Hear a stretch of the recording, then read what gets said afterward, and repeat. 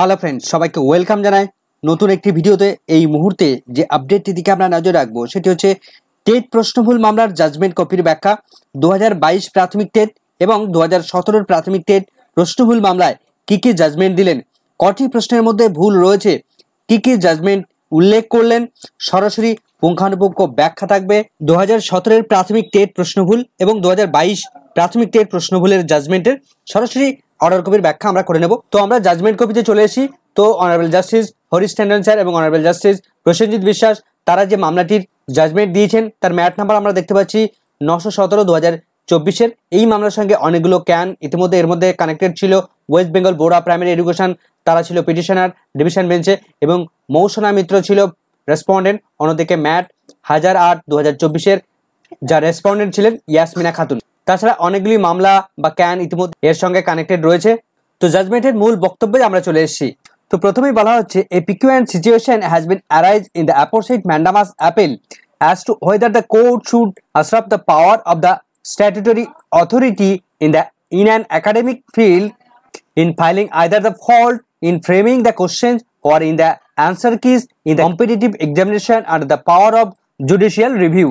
Academic ফিল্ডে বা যে কোনো কম্পিটিটিভ এক্সামিনেশনে সেখানে যে প্রশ্নপত্র হয় সেই প্রশ্ন বা তার অ্যান্সার কি গ্রহণের ক্ষেত্রে কোনো ভুল আছে কিনা সেগুলো খতিয়ে দেখার এখতিয়ার আদালতের অ্যাকচুয়াল সেখানে হস্তক্ষেপ করার অধিকার কতটা রয়েছে, এই রিট পিটিশন এমন একটা পরিস্থিতিতে এনে দাঁড়িয়েছে।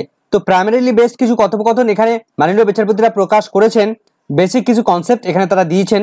তো বিচারপতিরা যে বিষয়টা তারা অবজার্ভ করেছেন যে বর্তমান দিনে দাঁড়িয়ে যেভাবে কম্পিটিশন বাড়ছে, যেভাবে দিনের পর দিন প্রতিযোগিতা বাড়ছে, সমস্ত বিষয়ের কাঠিন্যতা বাড়ছে, সেক্ষেত্রে কোনো ক্যান্ডিডেটকে তার অ্যাচিভমেন্ট পৌঁছাতে গেলে, তাকে সর্বশ্রেষ্ঠ স্তরে পৌঁছাতে গেলে সূক্ষ্ম থেকে সূক্ষ্মতর বিষয়গুলোকেও নজরে আনা দরকার, অর্থাৎ পয়েন্টের ফ্র্যাকশনগুলোতেও নজরে আনা দরকার। তো এই মামলার সঙ্গে রিলেটেড সুপ্রিম কোর্টের 3 জাজ একটা জাজমেন্ট সেখান থেকে দিয়েছিলেন। তো সেই জাজমেন্টের এখানে রেফারেন্স এখানে টানা হয়েছে।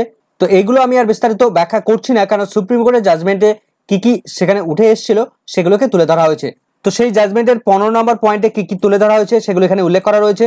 এখানে উত্তরপ্রদেশের আরেকটি মামলার রেফারেন্স এখানে টানা হয়েছে, বিভিন্ন মামলাগুলোর রেফারেন্স এখানে পরপর দেওয়া হয়েছে।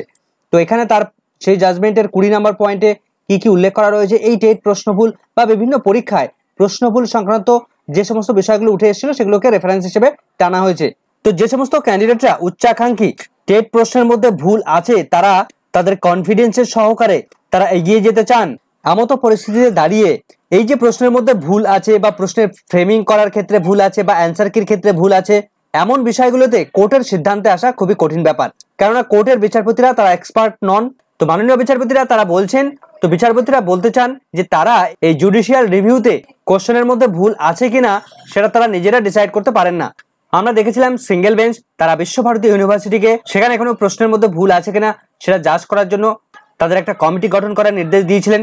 Visva Bharati has no role to play in curriculum nor the text book so prescribed or taught at the different medium by the respective states. রাজ্যের বিভিন্ন টেক্সট বুকগুলো প্রণয়নের ক্ষেত্রে বা বিভিন্ন কারিকুলামগুলো তৈরি করার ক্ষেত্রে বিশ্বভারতী ইউনিভার্সিটির তেমন কোনো প্রভাব নেই, অর্থাৎ আমাদের রাজ্যের বিভিন্ন সরকারি প্রতিষ্ঠানগুলোতে, শিক্ষা প্রতিষ্ঠানগুলোতে যে সরকারি বুকগুলো চালু রয়েছে তার যে অ্যাকচুয়াল কারিকুলামগুলো সেই কারিকুলাম তৈরি করার ক্ষেত্রে বিশ্বভারতী ইউনিভার্সিটির তেমন কোনো প্রভাব নেই। তা সত্ত্বেও বিশ্বভারতী ইউনিভার্সিটিকে তাদের এখানে সেখান থেকে একটা ইন্ডিপেন্ডেন্ট কমিটি গঠন করার নির্দেশ ইতিপূর্বেই দিয়েছিল কলকাতা হাইকোর্টের সিঙ্গেল বেঞ্চ। তো এমতো পরিস্থিতিতে দাঁড়িয়ে একটা কমিটির পরিবর্তে সেখানে যদি বিভিন্ন এক্সপার্টকে বিভিন্ন জায়গা থেকে বিভিন্ন ইউনিভার্সিটি থেকে এনে বা বিভিন্ন ইনস্টিটিউশন থেকে এনে একটা কমিটির মধ্যে আনা যায়, এই ইস্যুকে সলভ করা যায়, তাহলে সেটা মনে হয় আরো বেটার হবে, এমন মাননীয় বিচারপতিরা মনে করছেন।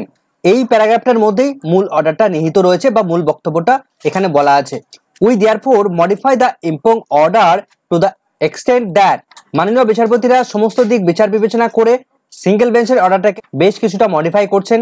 Instead of submitting the views reports and opinion by the board as well as the writ petitioner independently, the issues can be referred to a committee consisting of one member to be nominated by the board having a proficiency in a subject in relation to the questions over which the dispute has been raised। অর্থাৎ যে সমস্ত প্রশ্নগুলোর মধ্যে ভুল আছে সেই সমস্ত প্রশ্নগুলো যে ক্যাটাগরির বা যে সাবজেক্টের পড়ছে সেই সাবজেক্ট এক্সপার্টকে নিযুক্ত করতে হবে।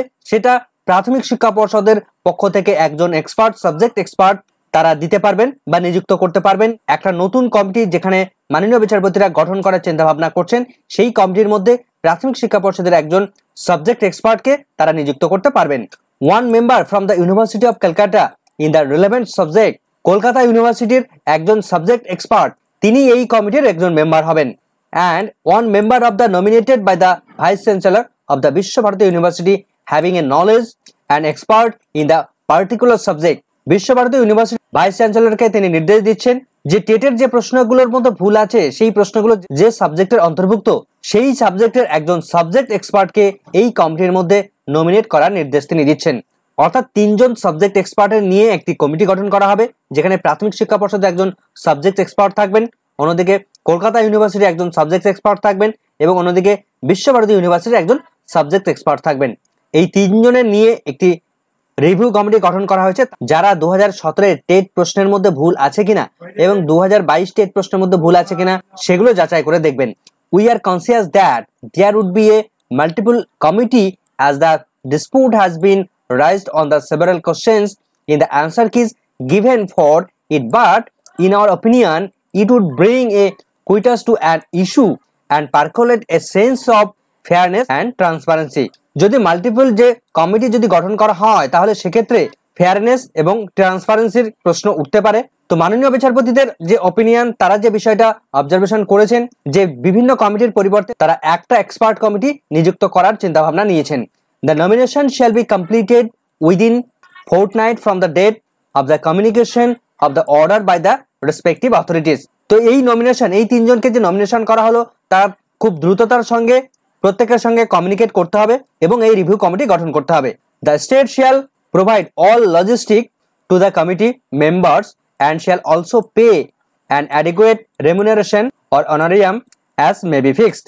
এই তিনজন কমিটি মেম্বার যারা রয়েছেন বা থাকবেন তাদের সমস্ত খরচ বা সমস্ত বেতন তাদেরকে দিতে হবে, যেখানে যা খরচ হবে সমস্তটাই তাদেরকে বেয়ার করতে হবে, অর্থাৎ পর্ষদ সমস্তটা বেয়ার করবে। With this direction the aforesaid appeals are disposed of. উপরের এই সমস্ত ডিরেকশন বা নির্দেশগুলো দিয়ে এই মামলাটি সম্পূর্ণভাবে ডিসপোজ অফ করে দিচ্ছেন মাননীয় বিচারপতিরা। We expect that the writ court to decide the matter on merit after the report are filed by the committees within a responsible time. Court আশা করে যে এই কমিটি একটা নির্দিষ্ট সময়ের মধ্যে তারা সমস্তটা রিভিউ করে তারা একটা রিপোর্ট সাবমিট করবে কোর্টের কাছে। তো মাননীয় বিচারপতি হরিশ ট্যান্ডন এবং মাননীয় বিচারপতি প্রসেনজিৎ বিশ্বাস তারা কিন্তু উপরোক্ত এই সমস্ত অর্ডারগুলো দিয়ে তারা টেট 2017 প্রশ্নভুল এবং টেট 2022 প্রশ্নভুলের মধ্যে অ্যাকচুয়াল ভুল আছে কিনা সেটা সম্পূর্ণভাবে রিভিউ করার জন্য একটা কমিটি গঠন করে দিলেন। তবে ইতিমধ্যেই প্রাথমিক টেটের প্রশ্নভুলের এই মামলার যে নির্দেশ, সেই নির্দেশটাকে প্রাথমিক শিক্ষা পর্ষদ তারা চিন্তা ভাবনা নিয়েছে সুপ্রিম কোর্টে যাওয়ার। তো প্রাথমিক শিক্ষা পর্ষদ তারা সুপ্রিম কোর্টে যাওয়ার প্রস্তুতি শুরু করে দিয়েছে। এখন দেখা যাক তারা সুপ্রিম কোর্টে কখন কি মামলা করে বা করে কিনা, সেদিকে আমাদের নজর থাকবে। আপাতত এই ভিডিওটা এখানে শেষ করছি। ভিডিওটা সম্পূর্ণ দেখার জন্য সকলকে ধন্যবাদ।